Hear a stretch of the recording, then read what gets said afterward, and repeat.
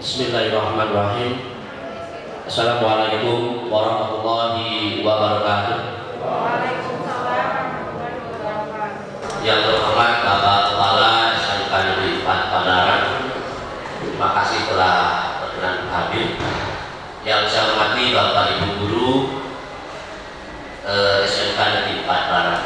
Pada kesempatan yang berbahagia ini, izinkan kami bertiga untuk mensosialisasikan atau mendiskriminasikan tentang budaya positif.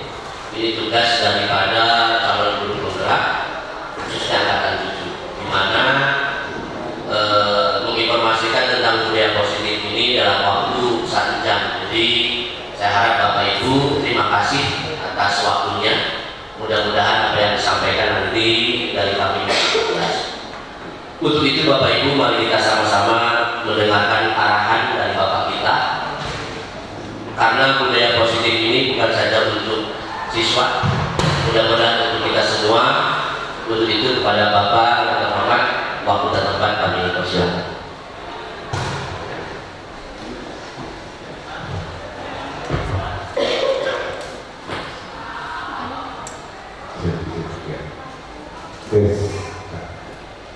Bismillahirrahmanirrahim. Bismillahirrahmanirrahim. Assalamualaikum warahmatullahi wabarakatuh. Alhamdulillah, kita panjatkan puji syukur kita kepada Allah Subhanahu wa Ta'ala bahwa tentunya atas segala nikmat yang telah diberikan kepada kita sekalian, pada siang hari ini kita bisa berkumpul untuk mengikuti kegiatan destinasi calon guru penggerak tentang budaya positif, ya, kebiasaan budaya positif. Tentunya kalau bicara budaya positif itu mutlak menjadi harapan kita bersama. Tapi salah satu contoh real saja di waktu membaca Ulangan yang 11, ternyata sudah muncul budaya negatif. Tapi itu manusiawi, karena mungkin di benak Bapak Ibu sekalian belum terbersih apa sih tujuannya. Jadi memang betul tadi kata Pak Firman, salah satu calon penggerak, bahwa budaya positif ini mutlak dimiliki oleh kita semua, bukan hanya untuk siswa saja, termasuk kita semuanya, Bapak Ibu guru, termasuk juga Bapak sendiri. Jadi sangatlah kurang bijaksana ketika kita menyikapi misalnya budaya positif ini dengan kurang saling menghargai. Karena salah satu wujud saling menghargai itu juga termasuk budaya positif. Satu pedoman untuk para calon penggerak siswa kita ini, kita serupakan bahwa ke depan nanti beliau-beliau ini akan menjadi calon pemimpin masa depan. Karena mutlak aturan baru bahwa salah satu juga termasuk persyaratan untuk menjadi kepala sekolah itu harus berangkat dari guru penggerak. Mudah-mudahan karena beliau masih calon, kita dukung semua untuk kebanggaan nama sekolah kita. Pedoman yang masih Bapak ingat dulu, filosof dari Ki Hajar Dewantoro yang dengan semboyan Tuturi Handayani, lalu itu apa? Ya, ingat sesuatu ini bagian mengkaso. Kalau itu kita terjemahkan, sebetulnya sudah tercermin bahwa seorang guru itu harus mampu memberikan bimbingan, dorongan, arahan dari belakang, petulihan dayani. Ya artinya kita kalau diimplementasikan dengan pendidikan zaman sekarang itu sudah terwujud, sudah kita laksanakan. Jadi di sana seorang guru berperan bukan hanya lagi seorang edukator, bukan saya ketua karena mendorong, memberikan motivasi, ya tentu motivasinya. Bahkan kita menjadi mediatornya dengan konsep pembelajaran kurikulum mereka. Di sana kita tuangkan istilah tutulihan dayani, itu implementasinya. Hanya sekarang jelas berbasis teknologinya begitu. Yang ini teknologi ini dibangun dari tentunya terakhirnya ada karsanya, prakarsanya begitu. Sehingga seorang guru mampu membangun karakter siswanya menjadi siswa yang betul-betul istilahnya paham ilmu, menguasai teknologi yang dibarengi dengan iman dan takwanya. Itu sebetulnya semua implementasi dari semboyan Ki Hajar Dewantara kalau kita terjemahkan. Nah tentunya kita menjadi seorang guru penggerak itu, ingat kalau ini konsep-konsep lama yang sekarang digeneralisir sebetulnya, dituangkan dalam bentuk peraturan menteri. Sejak dulu kala sudah ada yang namanya guru itu betul-betul harus dikukuh dan ditiru, baik dari penampilannya, sikapnya, attitude-nya, etika estetikanya itu sudah tertuang sebetulnya dari dulu itu. Hanya dulu belum digeneralisir dalam bentuk SK ataupun ya surat keputusan gitu. Yang namanya seorang guru, Bapak masih ingat dulu punya guru SD yang sangat luar biasa pamornya waktu itu. Bisa ngobrol aja tapi pengetahuan gitu ya. Bapak dulu namanya ada namanya Mama, sehingga dipanggil Ibu Mama. Udah sama ibu, udah sama mama gitu ya. Jadi kalau mama sekarang Pak agak beda kalau rumahnya gitu. Ibu dan mama gitu, namanya ibu mama. Luar biasa pamornya. Ini bercerita ke belakang aja ini. Bahkan dia itu hanya guru honor, belum PNS waktu itu. Beliau mengajarkan waktu mengajar di kelas 1. Jadi sebelum beliau datang itu anak-anak sudah rame-rame siap-siap menjemputnya ke guru tersebut. Padahal ngajarnya mah Bu Ita galaknya luar biasa, tetapi dia punya karisma, punya karakter membentuk kesiswaan yang luar biasa. Dan banyak dulu karakter guru seperti itu, sehingga anak itu betul-betul malu. Ketika ibu tersebut udah berjalan mendekati kita, anak-anak ramai berteriak, yuk kita sambut dengan enak aja, ibu datang. Wah, kalimat saya, sehingga terlihatlah di wajah ibu tersebut senyuman yang sangat luar biasa. Itu salah satu contoh keteladanan yang membedakan. Artinya betul-betul guru tersebut memiliki karismatik tersendiri buat siswanya itu. Belum lagi kalau melihat dari segi penampilannya, penampilan dari pas yang sederhana, punten, samaro, gitu ya. Biasa aja. Orang sudah bilang pas saja, tapi pakaian itu bersih dan rapi begitu. Apalagi kalau bapak ibu guru ya Pak Angga, lihat apa celananya nyiripit gitu, Pak Bir, nyiripit rapi gitu. Dari sana betul-betul karismatiknya terlihat. Nah ini adalah salah satu konsep-konsep belajar yang bisa melahirkan seorang guru penggerak tersebut. Jadi tentunya harus menjadi panutan terutama siswanya dan tidak kurang juga untuk semua rekan-rekan guru harus menjadi panutan,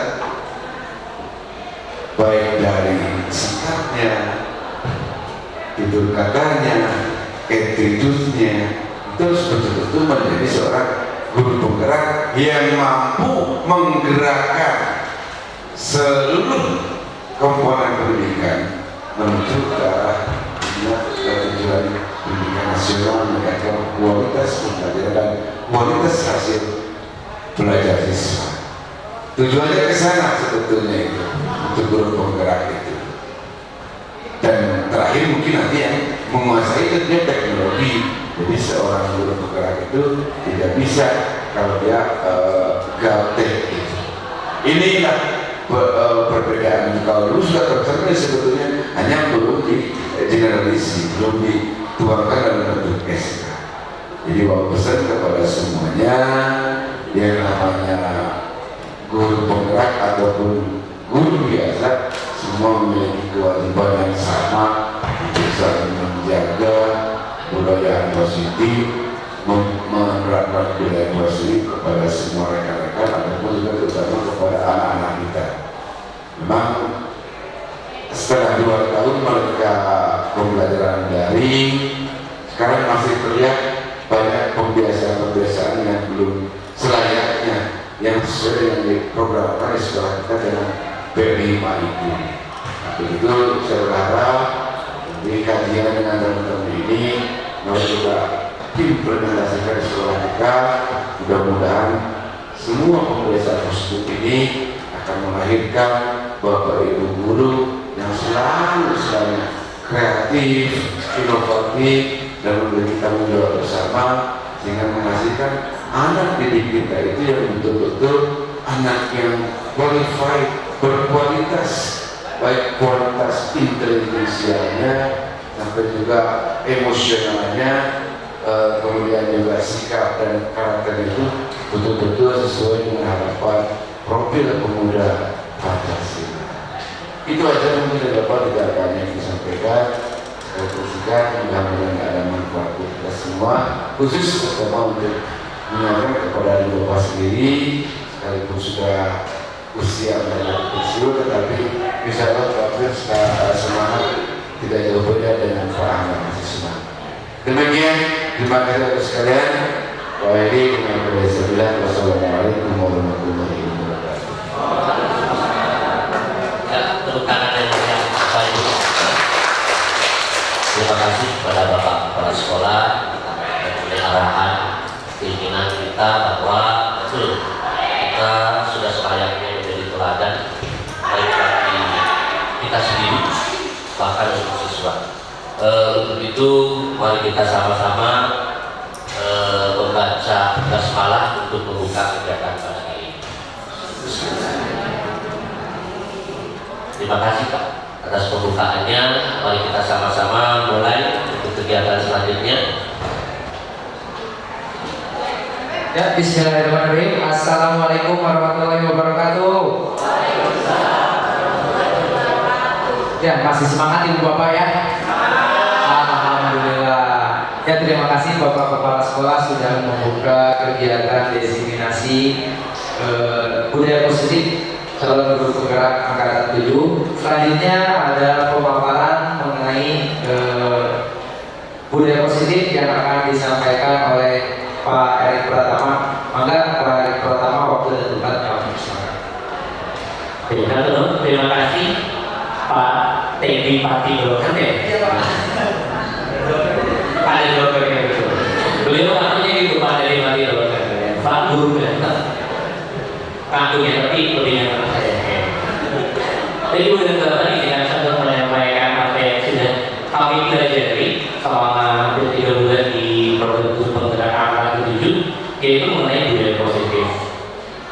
Saya rasa berbagai materi sudah disampaikan oleh rekan saya yang lain, jadi kita akan fokus nanti di Namun tentunya saya akan mengulas tentang hal yang sudah disampaikan oleh rekan-rekan saya yang lain. Jadi diawali dari sini kan Bapak. Yang pertama adalah nilai kebajikan universal. Maksudnya apa sih? Kita tuh punya nilai yang sudah disepakati itu pasti baik.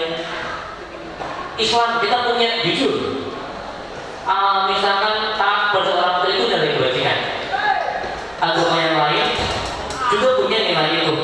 Atau bahkan di prinsip-prinsip budaya tertentu itu punya nilai kebajikan. Itu yang disebut dengan nilai kebajikan universal. Artinya dimanapun itu berada itu adalah nilai yang baik. Jadi sebabnya universal. Kita berangkat dari sini. Nah kalau kita sekarang di kurikulum merdeka itu sudah ada yang disebut sebagai profil belajar Pancasila dengan dimensi-dimensinya. Ada bertakwa, di mana bertakwa, ada kreatif, mandiri, bertanggung jawab, bertanggung. Itu beberapa di antara dimensinya. Kita bisa berangkat juga dari sana. Atau kalau kita sebagai penganut ajaran Islam kita juga punya nilai kebajikan. Itu kita berangkat dari sana. Nanti baru dari sana kita akan berangkat ke keyakinan.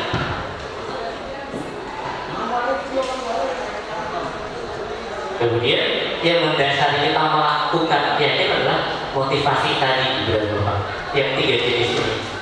Dan ini berapa sekarang boleh mengepalkan tangan kanannya di atas, kepalkan tangannya. Apa tuh rekamannya? Kepalkan tangannya sekarang saya minta juga untuk membuka kepalkan tangannya.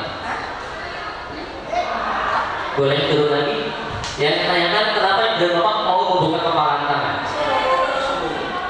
Disuruh. Itulah yang tadi oleh rekan saya jelaskan bahwa itu adalah ilusi bahwa kita mengontrol murid. Kita mau merasa bahwa anak itu nurut, padahal dia paksa.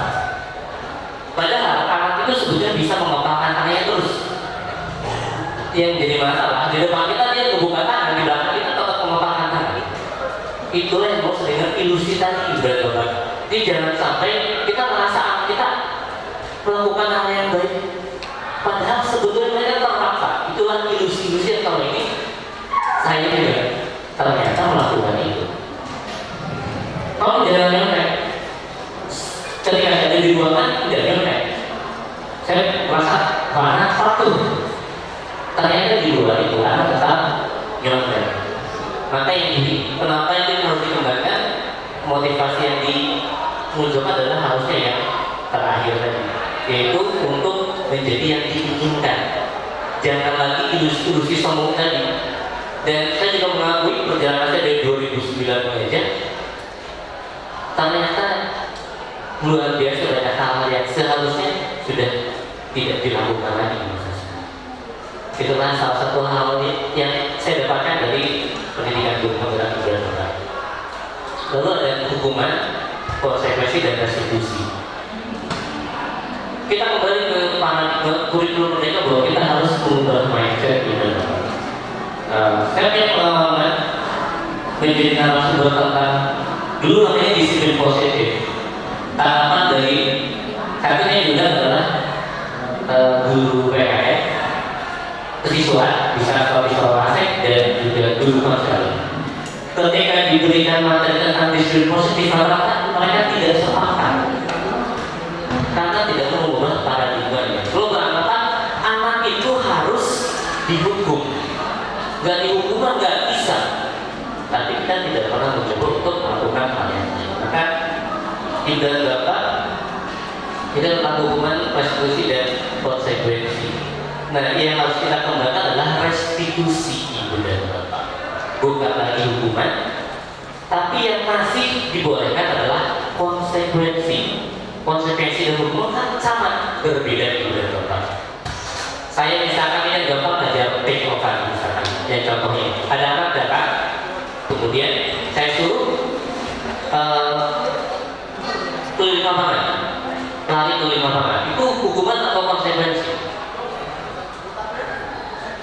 Itu bisa menjadi konsekuensi karena anak tidak ikutan pemanasan. Tapi kita sampaikan bagi yang tidak ikut, bagi yang tidak hadir, yang nanti tidak tepat waktu, maka harus nanti pemanasan sendiri. Boleh lari keliling lapangan, boleh apa, boleh apa. Tapi kalau misalkan push up 100 kali itu hukuman. Jadi kita harus bisa membedakan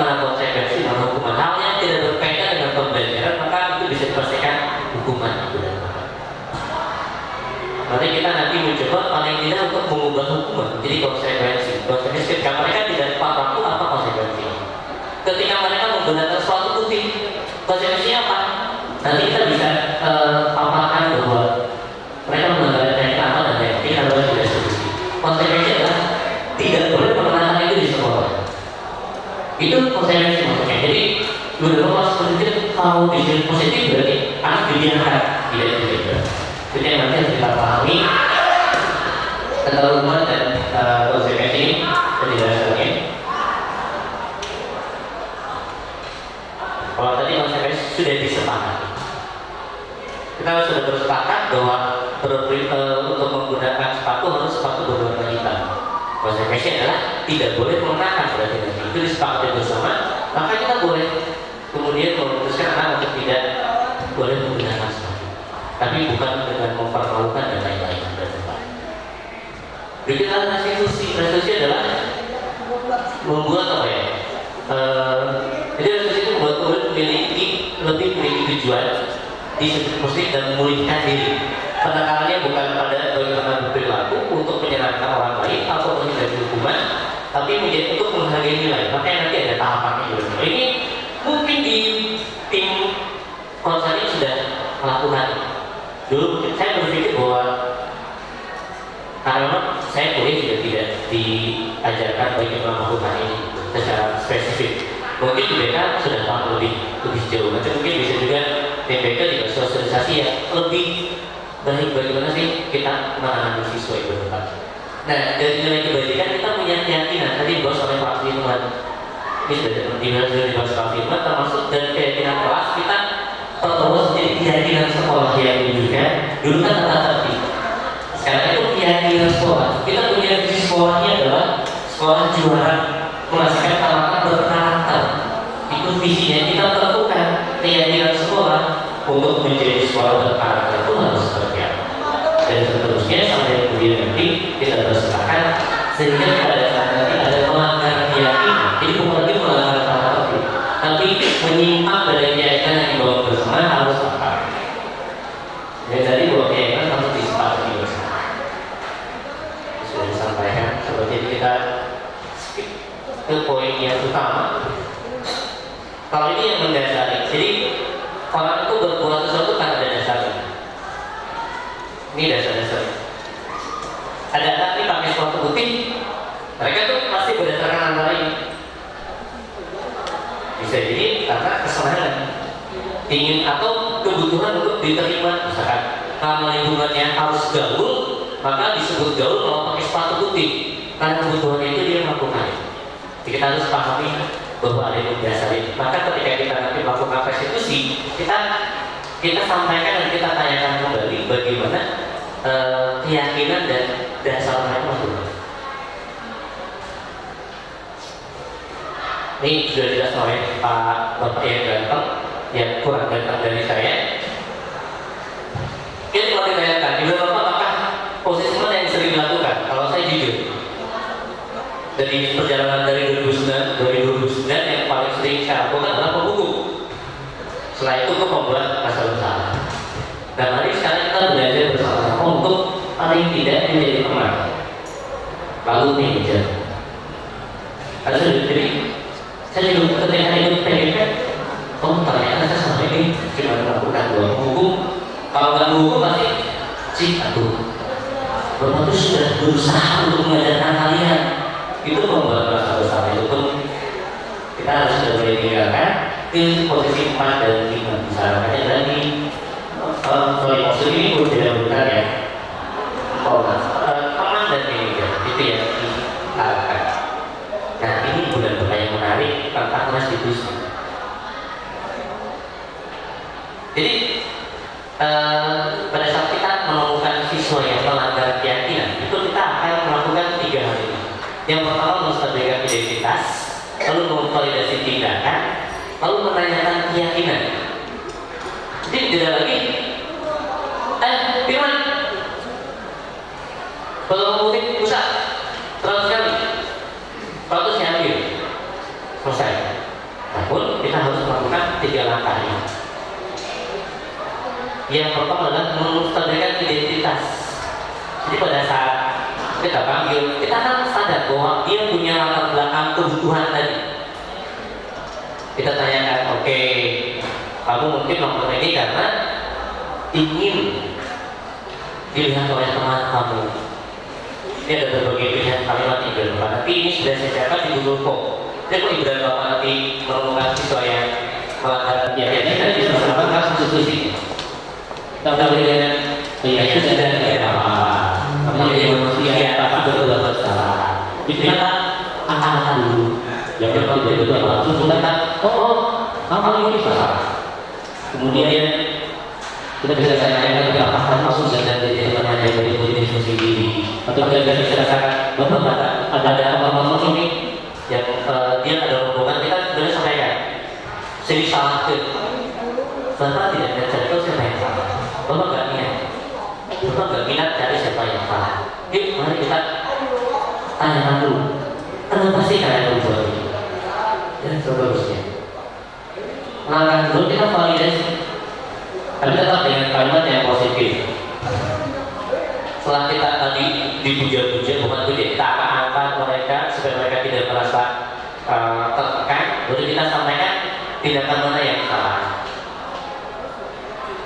Ya sebetulnya sih kamu bisa saja ya, misalkan kalau tadi ada riset di video saya, misalkan anak ini menjadi tugasnya salah. Ya sebetulnya bisa saja kamu tidak mengerjakan tugas sama sekali ya. Makanya Bapak masih menghargai kamu yang masih mengerjakan tugas walaupun tugasnya ternyata saya Bapak lihat kamu meniru. Jadi kita sampaikan dulu ya kalau masalah. Tapi kita juga sampaikan bahwa kesalahan mereka apa.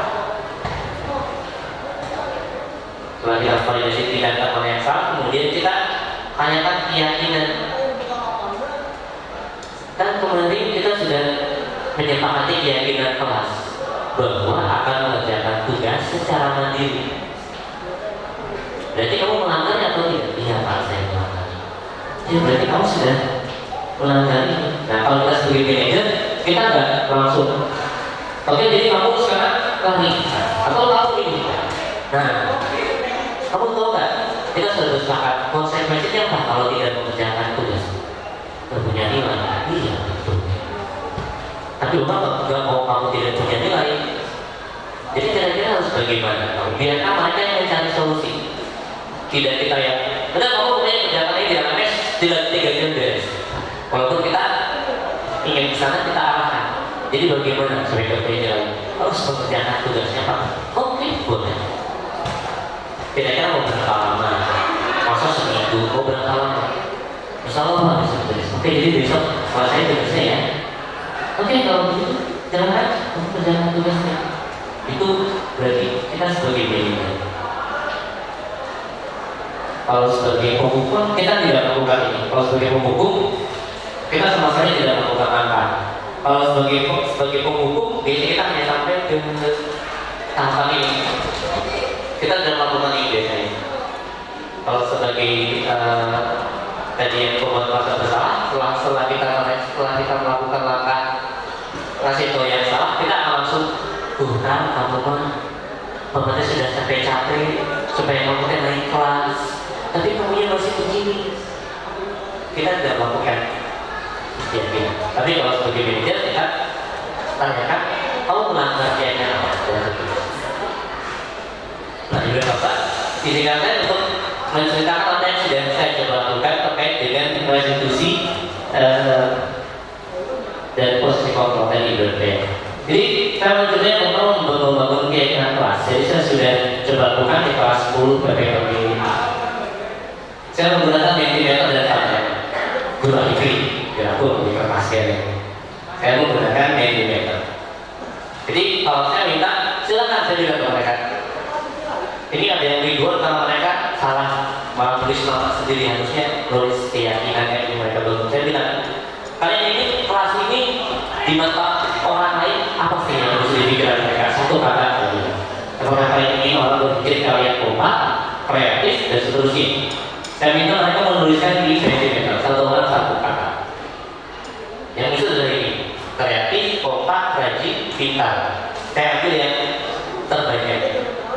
Jadi kan berarti mereka sudah menentukan keyakinan kelas mereka bahwa kelas ini harus rajin, kelas ini harus kreatif. Jadi saya menggunakan media ini saja.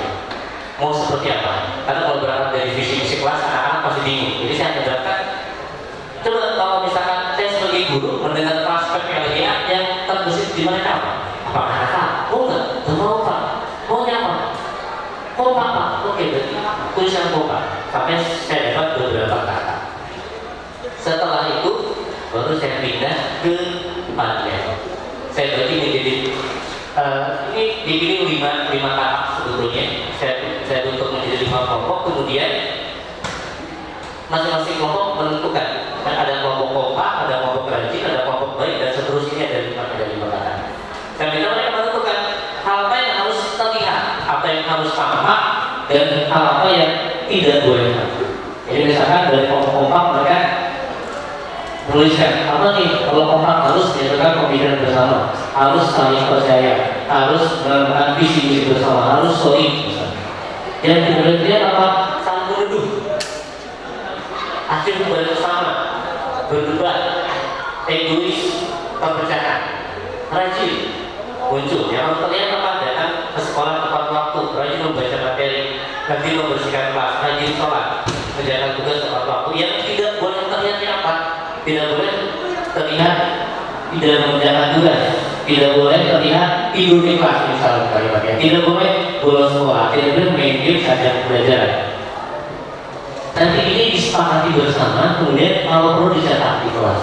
Kalau saya simpan di LMS, link yang Padlet yang sudah jadi, supaya mereka bisa setiap hari melihat. Nah, ketika kita melakukan restitusi, kita bisa minta mereka coba lihat kembali keyakinan mana sudah kalian sepakati. Di sini ada rajin, ada tidak bermain game. Ketika kita yang pernah bermain game, kita bisa panggil, anakku kenapa? Saya terlalu jenuh, ingin hiburan, itu kan latar belakang dari kebutuhan manusia. Tapi kan sedang belajar, kenapa? Tidak mau menyampaikan dan lain-lain. Nanti di terakhir dia, boneka validasi ya saya tahu sih. Paling tidak aku gak teman yang lain, cuma sendiri mengerjakan itu sendiri gak ada teman-teman. Tapi itu salah nggak? Tidak salah. Iya salah. Salah kan? Coba. Maksudnya dia keinginan kelas yang sudah kita sepakati. Kita akan sebut. Iya Pak, coba lihat di poin rajin. Oh iya Pak, tidak berbeda. Jadi bagaimana sekarang harus seperti apa? Ya Pak, saya akan hari ini saya akan titipkan yang punya di Bapak. Oke, atau misalkan saya akan simpan Pak di tas. Oke, boleh. Terus bagaimana kedepannya? Saya berjanji Pak tidak akan mengulang. Kalau mengulang lagi nggak apa-apa, kita masih sabar melakukan restitusinya.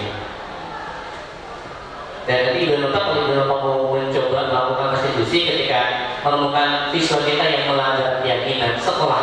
Jadi tadi disampaikan fasilitas sudah membuat sebetulnya itu nanti akan beralih menjadi keyakinan sekolah. Ketika mulai siswa yang tidak melakukan perbuatannya tidak sesuai dengan keyakinan kelas dan keyakinan sekolah yang dibangun, Bapak bisa mulai mengisi. Tadi lupa tuh, saya sudah siapkan. Dan nanti insya Allah akan saya kembangkan kembali baik dari yang keyakinan sekolah yang dibangun di Ramadan, misalkan akan dicoba dibuat versi digital supaya kita tercatat dan nanti juga Bapak bisa melakukan langkah restitusinya masing-masing tidak lagi. Kalau saya kemarin masih bukan contekan sama si begini. Nah kalau sudah dari begini kita bisa sambil mengisi Google Form-nya. Ini saya sudah buatkan Google Form. Tapi kalau yang mau dicoba boleh dicoba. Di sana ada pilihan kalimat yang bisa digunakan. Nanti mungkin kita akan mencoba bersama kalimat mana saja yang bisa kita tambahkan ke form tersebut. Ya, jadi Bapak ini barangkali contoh ya, contoh pada saat saya mempraktekkan restitusi boleh di-play. Sebagai informasi ini bukan penghapus sebenarnya dari Bapak ya. Ini hanya simulasi. Nah ini ceritanya anak tugasnya sama dengan temannya. Nanti mungkin bisa di-share di YouTube saya untuk yang audio di kelas. Jadi menanyakan mengapa melakukan hal tersebut.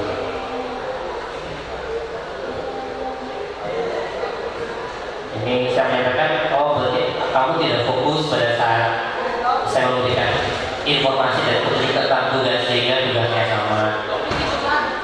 Padahal tugasnya bukan tugas kelompok, tapi tugas individu yang tidak bersama.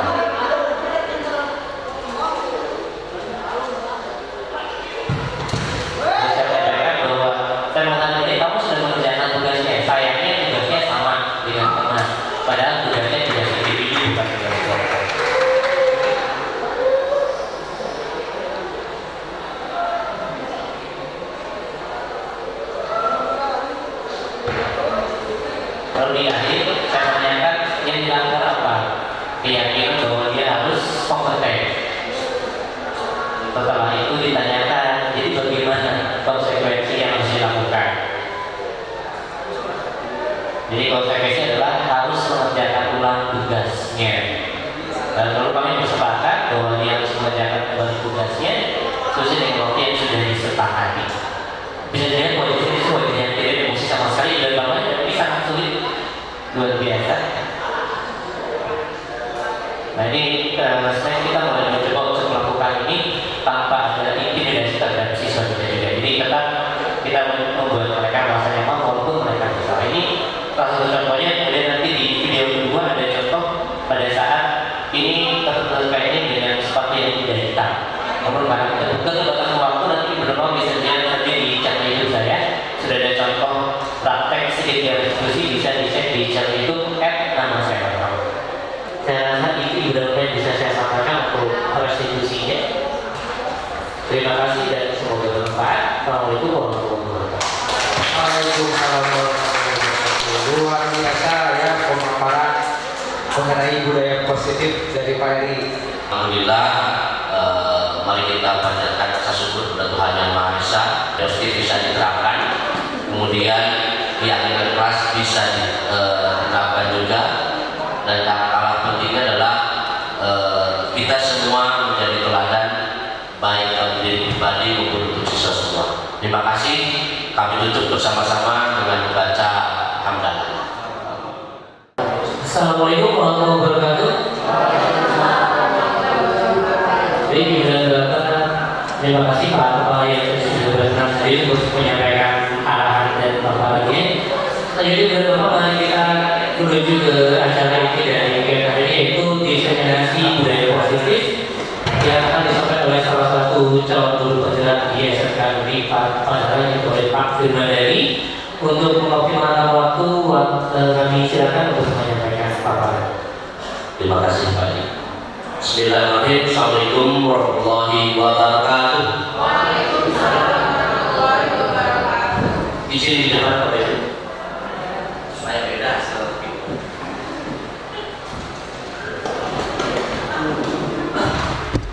Bapak Ibu nanti mungkin akan hal yang sama karena tugasnya sama Bapak Ibu ya, tentang budaya positif. Saya coba Bapak Ibu yang saya banggakan, Bapak Ibu adalah guru hebat yang sudah ada di Padang yang saya yakin memiliki motivasi untuk mengubah sekolah kita supaya lebih bagus. Yang akan kita bicarakan yang pertama adalah disiplin positif, nilai kebajikan universal Bapak Ibu. Kemudian yang kedua adalah teori motivasi. Kemudian yang ketiga adalah keyakinan kelas Bapak Ibu. Yang keempat, kebutuhan dasar manusia dan dunia berkualitas. Yang kelima adalah restitusi atau posisi kontrol. Ini yang luar biasa Bapak Ibu yang akan mengubah pola pendampingan peserta kita. Kemudian yang ketiga adalah segitiga restitusi. Oke Bapak Ibu, ini yang akan kita bicarakan tentang disiplin positif, nilai kebajikan universal.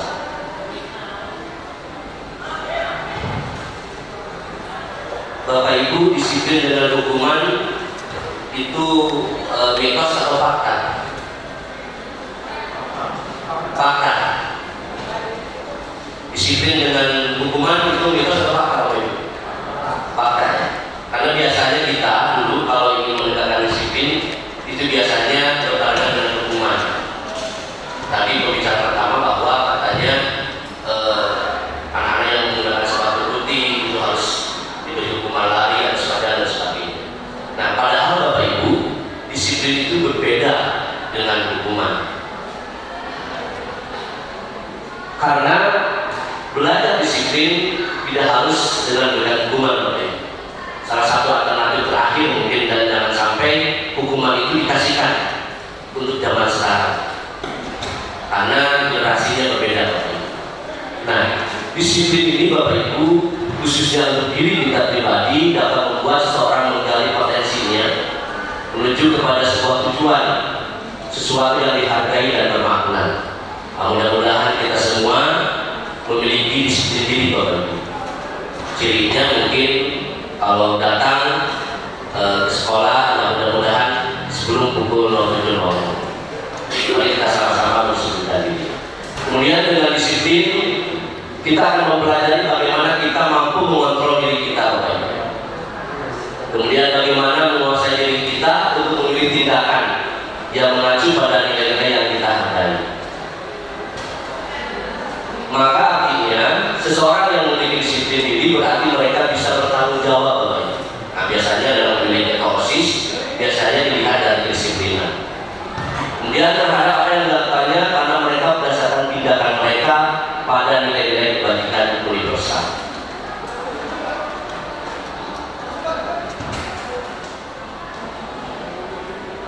Kemudian teori motivasi Bapak Ibu, mudah-mudahan teori ini bisa kita lakukan. Yang pertama ada 3 sebetulnya tentang teori motivasi. Motivasi adalah serangkaian sikap dan nilai-nilai yang mempengaruhi individu untuk mencapai hal yang spesifik sesuai dengan individu. Ini motivasinya Bapak Ibu. Ada 3 motivasi perilaku manusia.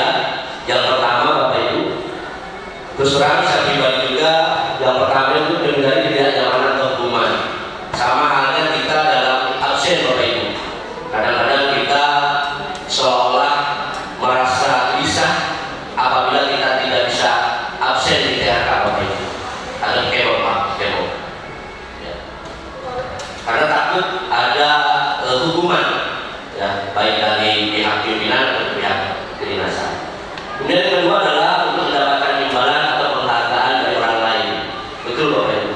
Motivasi yang kedua ini kita juga termotivasi apabila ada imbalan biasanya. Yang ketiga untuk menjadi orang yang mereka inginkan dan menghargai diri sendiri dengan nilai yang mereka percaya. Dan 3 motivasi ini mudah-mudahan semuanya tidak ada bagi kita. Yang ada adalah mari kita lahir dari diri pribadi saja, tidak ada iming-iming mendapati imbalan atau hukuman, apalagi menghindari ketidaknyamanan.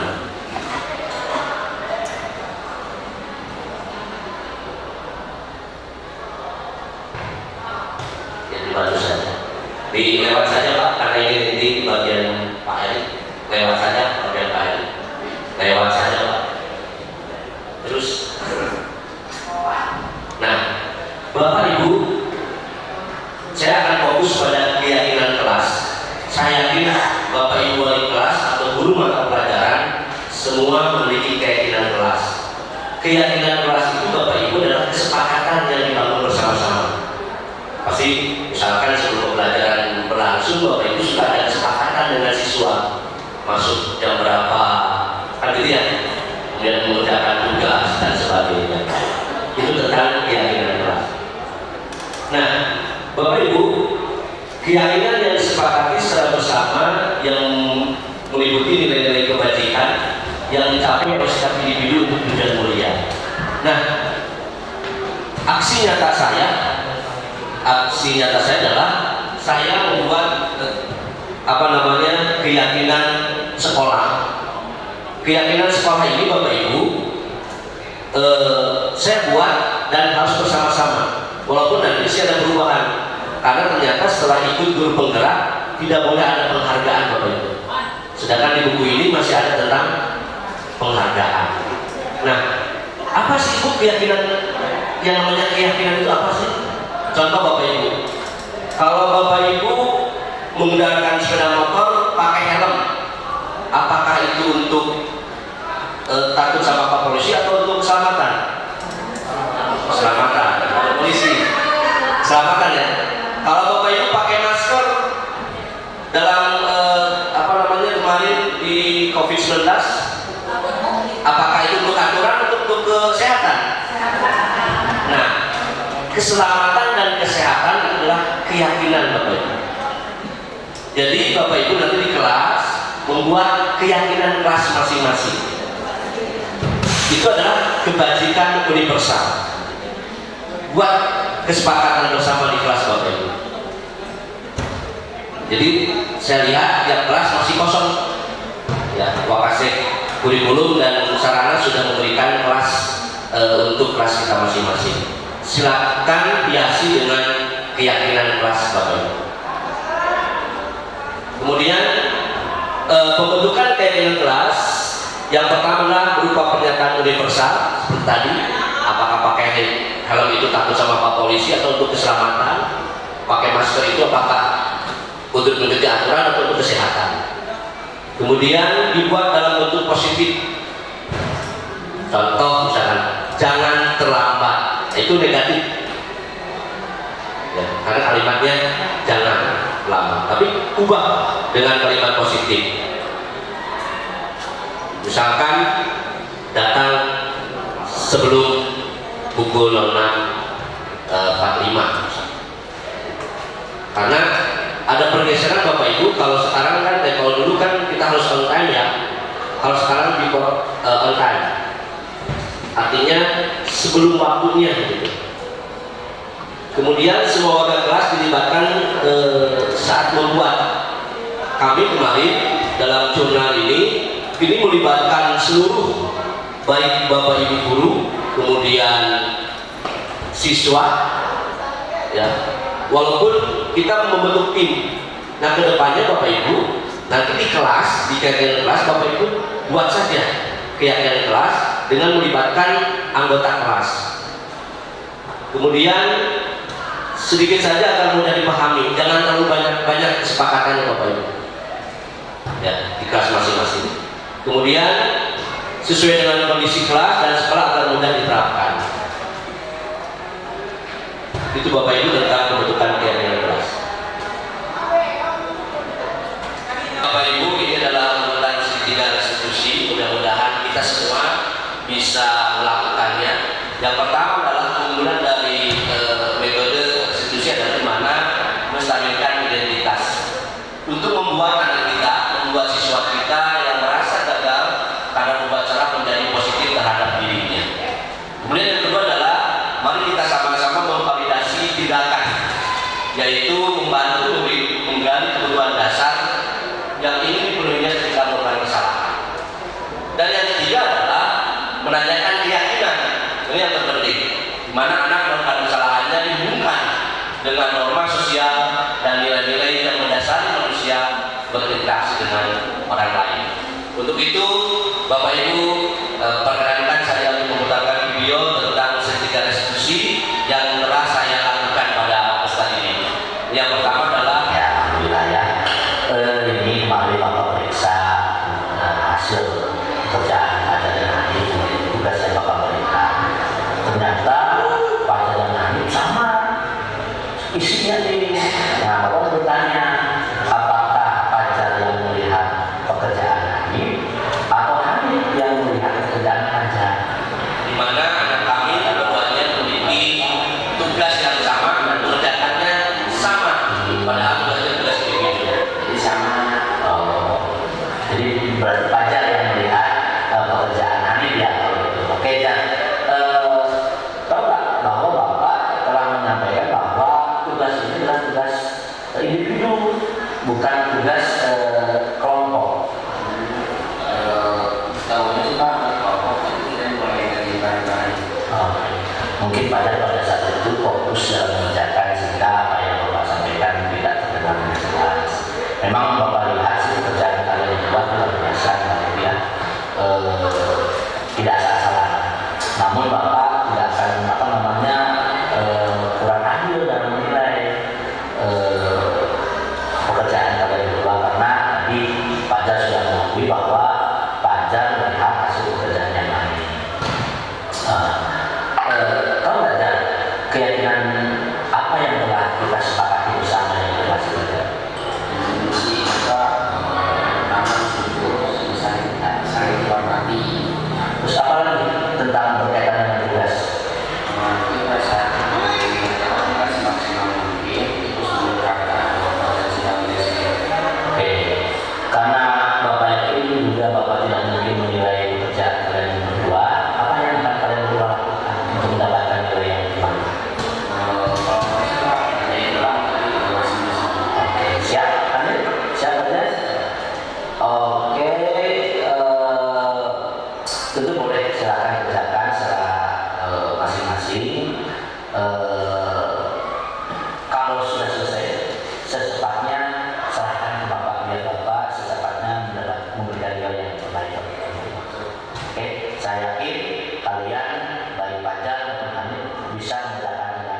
sebaik-baiknya dan sebenarnya.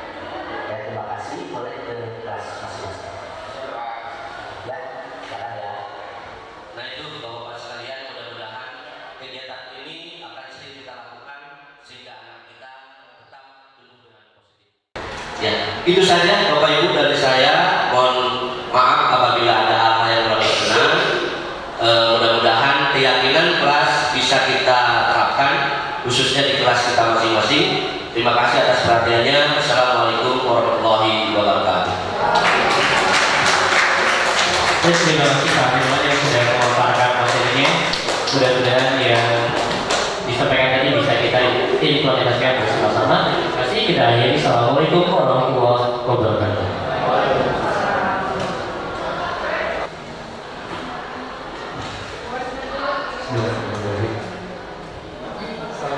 Assalamualaikum warahmatullahi wabarakatuh. Yang terhormat Bapak Kepala SMK Negeri 4 Padalarang, yang terhormat Ibu Bapak Wakil Kepala Sekolah SMK Negeri 4 Padalarang beserta staf dan rekan-rekan guru yang saya hormati. Terima kasih saya sudah diberikan waktu untuk menyelesaikan tugas sebagai calon guru penggerak di Angkatan 7 Kabupaten Bandung Barat. Di sini saya bukan menggurui Ibu Bapak. Saya yakin Ibu Bapak jauh lebih hebat, jauh lebih paham, jauh lebih mengerti mengenai budaya positif. Di sini saya ingin berbagi saja, berbagi akan hal apa yang sudah saya pelajari selama 3 bulan melaksanakan pendidikan guru penggerak. Baik, yang pertama itu disiplin positif.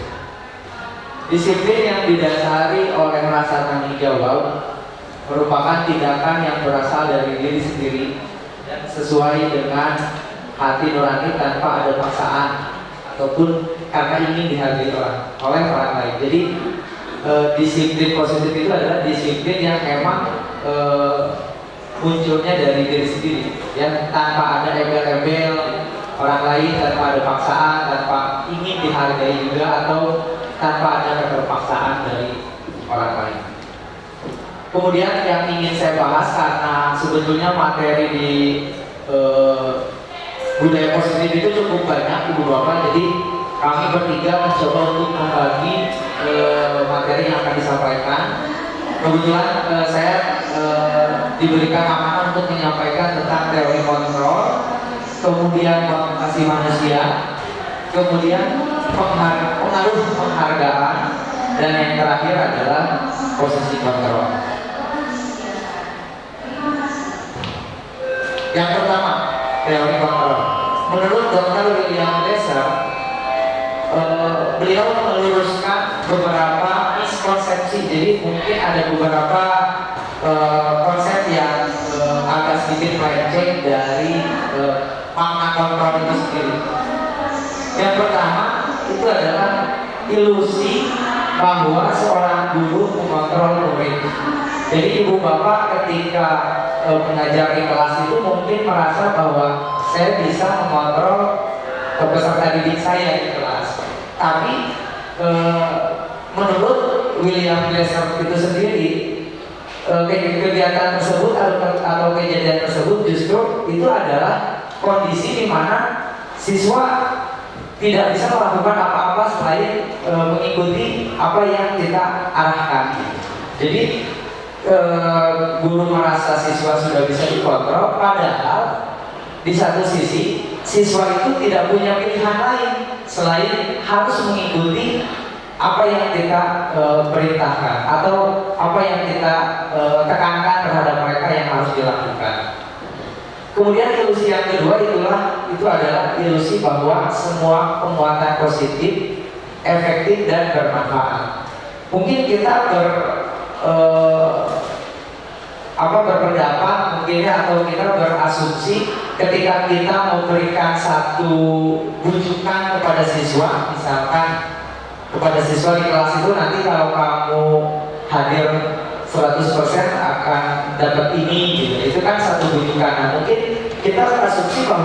dengan bujukan itu akan memberikan penguatan yang positif. Tapi menurut William Glasser ini, itu adalah sebuah ilusi bahwa dengan mungkin ketika jangka pendek itu bisa dilaksanakan, tapi ketika jangka panjang itu akan ada kesadaran dari siswa bahwa nantinya siswa akan tergantung. Jadi ketika ibu bapak sudah tidak bisa memberikan bujukan lagi, siswa sudah tidak akan bisa melakukan apa yang kita perintahkan. Itu. Kemudian yang selanjutnya, ilusi bahwa kritik dan membuat orang merasa bersalah dapat menguatkan karakter. Nah ini yang sering saya jumpai ibu bapak di kelas, termasuk saya juga ketika mengajar sering berasumsi bahwa ketika siswa disalahkan, misalkan kamu tuh kenapa tugasnya jarang dikerjain, padahal bapak sudah capek ngajarinnya, udah ngejelasin berkali-kali, tapi kok tugasnya nggak masuk, apa kamu nggak sayang sama orang tua? Nah, terkadang kita membawa emosi itu kepada siswa. Kita berasumsi bahwa dengan seperti itu akan menguatkan karakter siswa. Tapi menurut Dr. William Glasser, justru itu akan membuat siswa menjadi berpikiran negatif karena kita menyalahkan siswa. Itu yang sering saya lakukan di kelas. Kemudian yang terakhir itu adalah ilusi bahwa orang dewasa memiliki hak untuk memaksa. Karena kita lebih dewasa dari siswa, karena kita sudah lebih pengalaman dari siswa, kita merasa bertanggung jawab akan kemajuan siswa. Padahal dengan era sekarang, kurikulum merdeka, student center, justru kita hanya mengarahkan tidak bertanggung jawab mutlak atas kemajuan peserta didik. Jadi kita hanya mengarahkan saja nih, kalau peserta didik ternyata senangnya di hal A, ya kita tinggal menguatkan itu.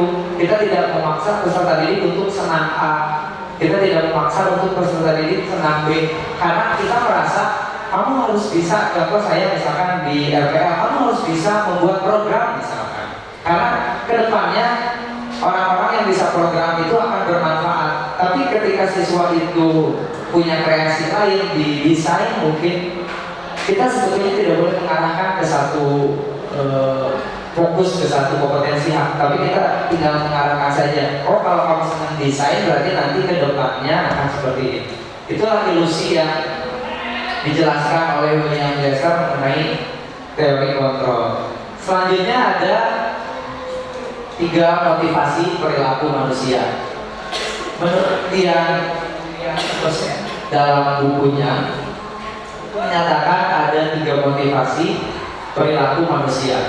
Yang pertama, untuk menghindari ketidaknyamanan atau hubungan. Ini berlaku bukan untuk siswa saja ibu bapak, tapi ini juga berlaku untuk kita sebagai manusia juga ya ibu bapak. Jadi misalkan siswa itu mengerjakan tugas atau mengerjakan apa yang kita perintahkan, mungkin motivasinya adalah hanya untuk menghindari hukuman saja. Atau ibu bapak misalkan untuk yang ASN dan PNS, misalkan yang D3K dan PNS, pagi-pagi harus kimo, sorenya juga harus kimo, itu mungkin motivasinya hanya untuk menghindari hukuman saja.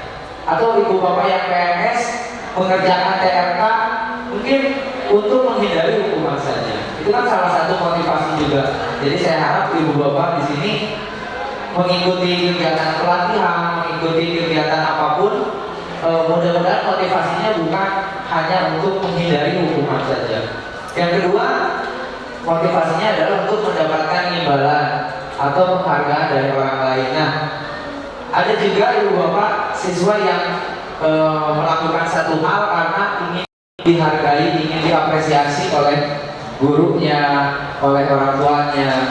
Nah, itu juga salah satu motivasi ya. Atau misalkan kita bertiga nih ikutan guru penggerak karena ingin mendapatkan imbalan, misalkan ya Pak Firman ya, ingin dihargai sebetulnya. Itu salah satu motivasi.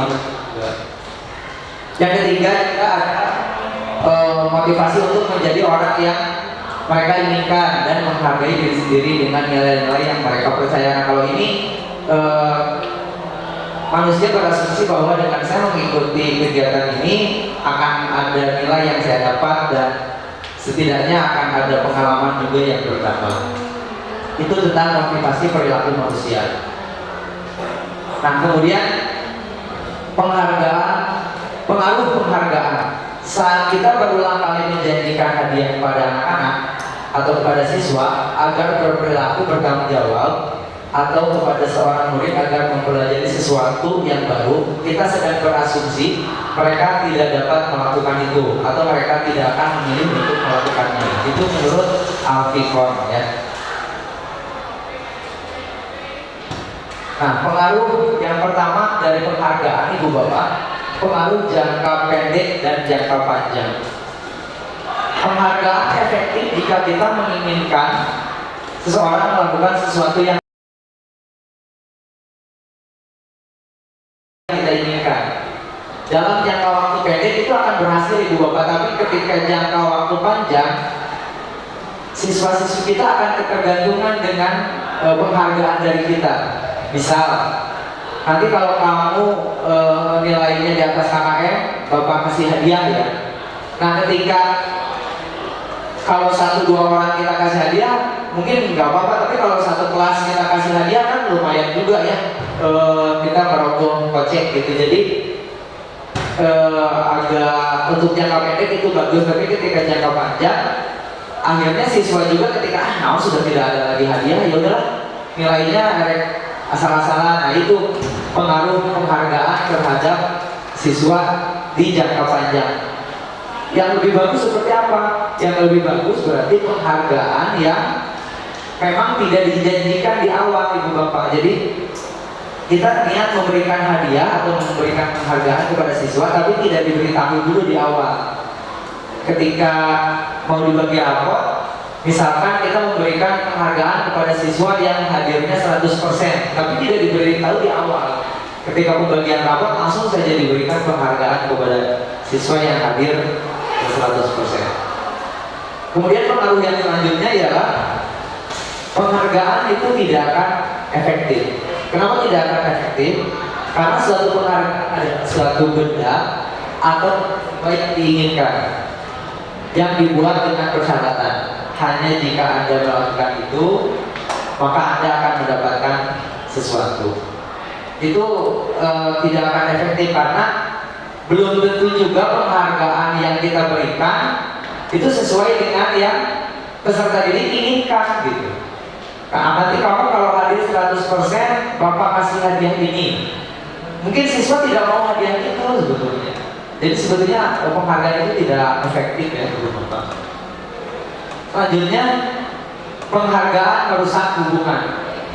Kenapa penghargaan merusak hubungan? Ketika di dalam satu kelas itu sudah ada persaingan, Ibu Bapak, itu akan ada muncul perasaan iri, perasaan dengki antar teman satu kelas. Akhirnya yang tadinya berteman karena ada persaingan di nilai, karena ada persaingan di kehadiran, mereka jadi saling bermusuhan. Nah, itu juga salah satu pengaruh dari penghargaan. Yang selanjutnya, penghargaan itu justru menghukum. Kenapa menghukum? Jika suatu penghargaan diharapkan, namun Anda tidak mendapatkannya, Anda akan merasa dihukum. Jadi ketika kita memberikan iming-iming atau janji, nanti kalau kamu ranking 3 besar akan diberikan hadiah. Ternyata ketika sudah berusaha dengan keras, anak kita atau peserta didik kita rankingnya 4. Nah, itu seolah-olah peserta didik merasa, aduh, saya kalah nih, saya dihukum. Itu yang membuat penghargaan itu menghukum. Kemudian selanjutnya adalah motivasi dari dalam diri. Jika kita memberikan penghargaan kepada seseorang pada saat dia sedang merasa bangga dengan pencapaiannya sendiri, maka kita akan mengambil kegembiraan itu. Contohnya misalkan siswa itu memang betul-betul ingin ranking 1 misalkan, ya. Dia bangga dengan kemampuan dia, terus kita berikan hadiah yang misalkan pulsa misalkan. misalkan, atau apapun yang berupa penghargaan lah hadiah. Nah, sebetulnya kita merusak kebahagiaan itu siswa mungkin bisa lebih, akhirnya karena hadiahnya terlalu kecil, karena hadiahnya tidak sesuai dengan keinginan siswa, jadi siswa merasa ya kurang usaha capek-capek tapi dihargainya sakit gitu kan. Kalau siswa merasa bangga sendiri mah dia akan apapun yang dia rasakan dan dia akan merasa bangga ya, kayak gitu. Itu pengaruh penghargaan terhadap siswa ataupun putra putri ibu bapak di rumah ya. Yang terakhir, pengaruh penghargaan juga menurunkan kualitas, kemudian penghargaan mengurangi ketepatan dan penghargaan mematikan kreativitas. Selanjutnya yaitu posisi kontrol. Nah, ini adalah posisi kontrol yang biasa ibu lakukan atau ibu bapak lakukan di dalam kelas. Ibu bapak di dalam kelas biasanya menjadi posisi kontrol yang mana? Yang pertama, apakah penghukum? Yang kedua, apakah pemantau? Yang ketiga, apakah pembuat merasa bersalah? Yang keempat, itu sebagai teman. Yang kelima, itu sebagai manajer. Kita bahas satu persatu. Yang pertama, sebagai penghukum. Seorang penghukum kan hukuman fisik atau verbal. Orang-orang yang menjalankan posisi penghukum mengatakan bahwa sekolah memerlukan sistem atau alat yang menangkap murid di dalam lagi. Jadi sebetulnya ketika sudah ada aturan sekolah, ketika sudah ada aturan sekolah atau ketika ada tata tertib di sekolah, itu jangan jadi alasan kita untuk semata-mata langsung menghukum siswa. Contoh misalkan ada siswa yang datang ke sekolah menggunakan sepatu warna putih misalkan, kita langsung hukum, sana sepatu warna bodas usah, atau sana sepatu warna bodas langsung lari misalkan, tanpa kita tahu permasalahannya apa, kenapa beliau menggunakan sepatu warna putih. Jadi posisi penghukum itu pokoknya tidak sesuai tata tertib, tidak sesuai aturan, hukum. Datang terlambat, hukum ya, tanpa tahu alasannya apa. Itu posisi kontrol sebagai penghukum. Kemudian sebagai pemantau. Memantau berarti mengawasi. Nah, pada saat kita mengawasi, kita bertanggung jawab atas perilaku orang yang kita awasi. Nah, biasanya pemantau ini kita punya mata-mata tuh di kelas misalkan. Kenapa sih si A jarang masuk? Kenapa sih si B kalau jam pas istirahat tuh kembali lagi ke kelasnya lama? Nah, kita ada mata-mata di kelas tuh, karena kita sebagai pemantau hanya memantau saja. Oh, si ini tuh kalau pagi-pagi terlambat karena begini. Oh, si ini tuh kalau istirahat kenapa kembalinya terlambat karena begini. Hanya sebatas memantau saja. Oh, siswa kita tuh karakternya seperti ini. Itu posisi pemantau. Yang selanjutnya, membuat merasa bersalah. Nah, ini yang saya pribadi sering lakukan kepada siswa. Posisi ini biasanya guru akan bersuara lebih lembut. Membuat rasa bersalah akan menggunakan keheningan yang orang lain merasa tidak nyaman, bersalah atau rendah diri. Jadi kita akan membuat seolah-olah siswa merasa bersalah. Ibu teh kurang naon atau bapak teh kurang naon ngebantuan kamu. Nah, kamu nih, bu ngerjain tugas. Udah diteleponin untuk remedial tidak ada terus. Jadi kita kan membuat siswa merasa bersalah. Ya, posisi kontrol seperti itu. Jadi di kelas seperti itu. Ada juga posisi kontrol sebagai teman. Nah, ini tidak akan menyakiti murid, namun akan tetap berupaya mengontrol murid melalui persuasi. Posisi teman pada guru bisa negatif atau positif. Negatifnya ya mungkin akan ada beberapa siswa yang akhirnya kelewatan lah, karena sudah menganggap teman, akhirnya kelewatan. Positifnya ya siswa akhirnya lebih nyaman untuk bercerita, untuk terbuka dengan kita, itu lebih nyaman ya untuk kita di kelas sebagai posisi kontrol sebagai teman. Selanjutnya posisi kita sebagai manajer. Nah, di sini dimana guru berbuat sesuatu bersama dengan murid. Jadi kita melakukan sesuatu itu pasti dengan murid. mempersilahkan murid mempertanggungjawabkan perilakunya, mendukung murid agar dapat menemukan solusi atas permasalahannya sendiri. Jadi dengan posisi manajer ini, ketika siswa melakukan kesalahan, kita akan mengklarifikasi dulu nih. Ya nanti mungkin untuk tahapan sebagai manajer akan lebih dijelaskan oleh Pak Erik. Jadi kita akan lebih mengetahui kenapa siswa melakukan itu, kemudian alasannya apa, ya seperti itu. Ya itu saja mungkin ibu bapak yang bisa saya sampaikan mengenai budaya positif. Diakhiri ada pemaparan tentang aksi nyata yang akan saya canangkan ibu bapak. Jadi kami CGP di sini selain mensosialisasikan apa yang sudah dipelajari, kami diminta untuk membuat aksi nyata. Aksi nyata saya mengenai budaya positif ialah penerapan budaya positif sama siswa. Sebetulnya ini sudah menjadi kebiasaan di SMK Negeri 4 sebelum pandemi, ibu bapak. Waktu itu sama Bu Eli ya melakukan kesiswaannya, sebelumnya sama Pak Firman melakukan kesiswaannya. Itu sudah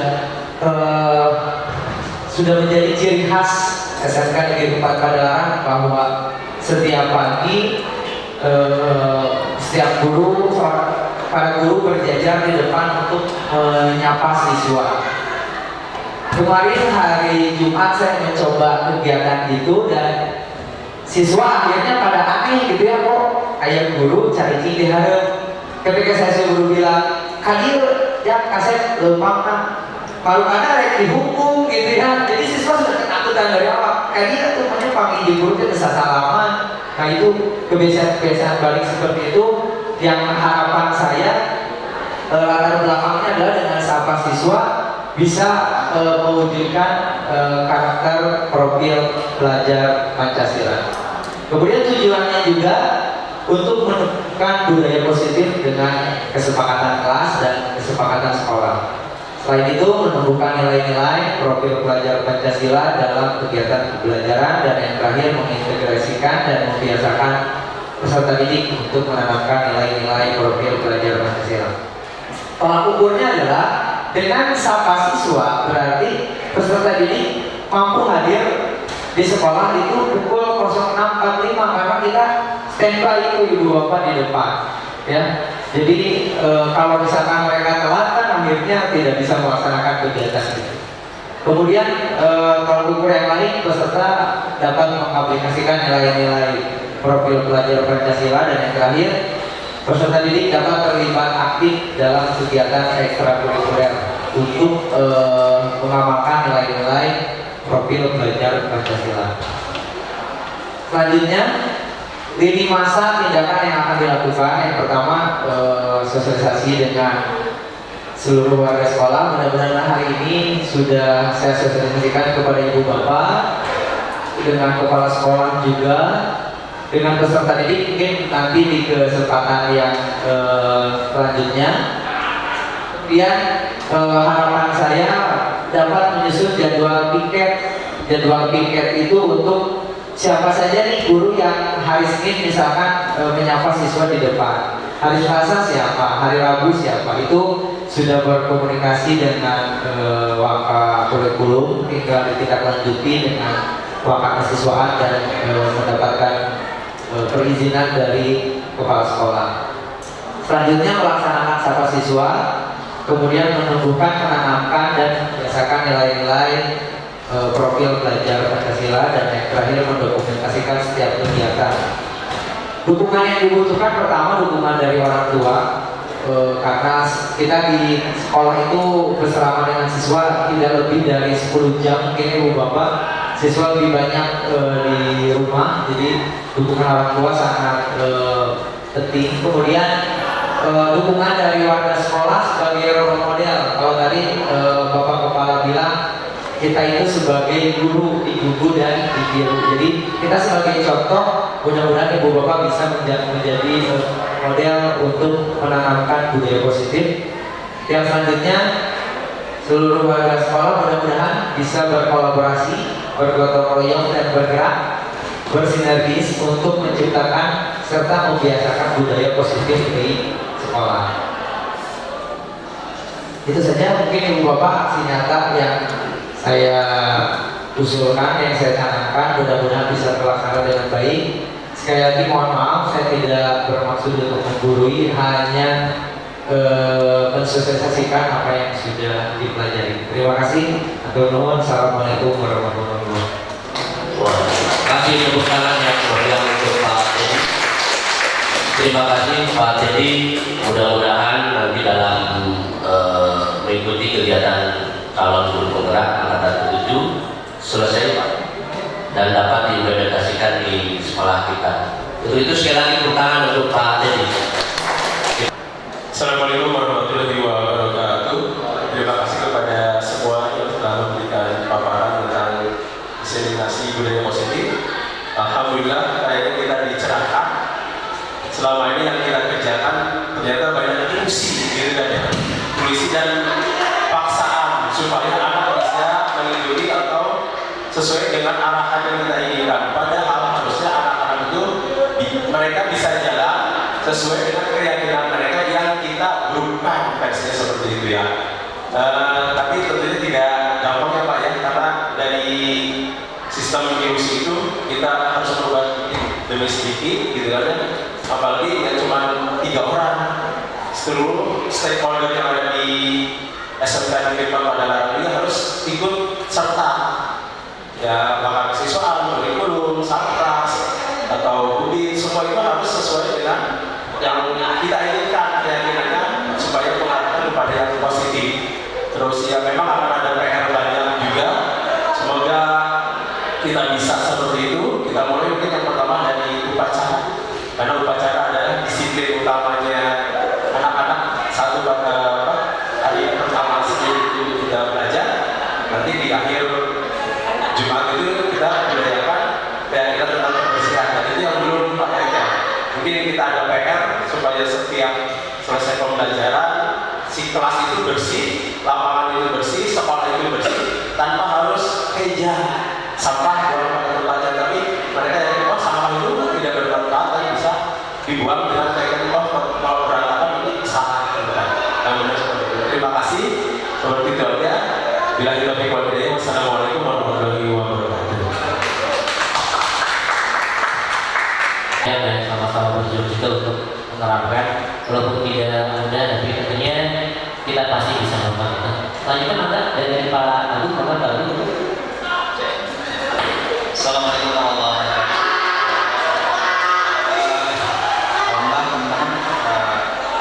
Tadi sudah menyampaikan tentang diseminasi budaya positif. Saya sangat mendukung sekali di tadi sama Pak Teddy ya, menyampaikan bahwa tiap pagi itu ada sapa siswa. Jadi yang pertama itu akan membiasakan siswa supaya datang tepat waktu. Gak hanya siswa, kita juga mungkin guru-guru yang sebagai panutan itu bisa datang lebih pagi daripada siswa seperti itu. Ya mudah-mudahan nanti apapun yang nanti akan dilaksanakan, mudah-mudahan nanti ke depan itu bisa sama-sama kita maju bersama ya. Itu aja mungkin dari saya. Assalamualaikum warahmatullahi wabarakatuh.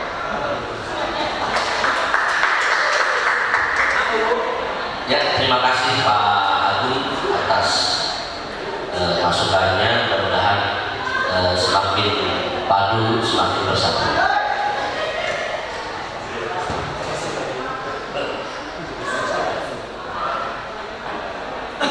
Bagian terakhir Ibu di silakan. Assalamualaikum warahmatullahi wabarakatuh. Terima kasih kepada teman-teman calon guru penggerak yang sudah melakukan diseminasi budaya positif ya. Saya mendukung sekali kegiatan ini karena memang di sekolah itu kan harus ada perubahan yang positif, terutama untuk siswa dan juga seluruh keluarga di sekolahnya. Dengan yang disampaikan tadi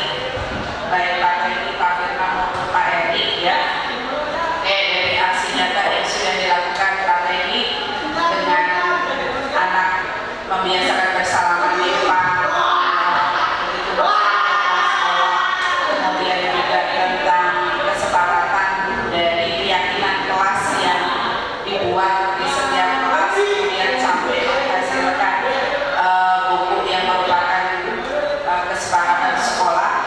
Kita harus mendukung semua program itu karena memang tidak bisa dilaksanakan secara pribadi. Jadi harus ada yang memang bisa menggerakkan supaya program tersebut bisa kita laksanakan di sekolah kita ini. Nah, dan kami juga semua insya Allah guru-guru pasti akan mendukung untuk ke arah yang positif dari perubahan di SMK. Mungkin itu saja. Terima kasih. Assalamualaikum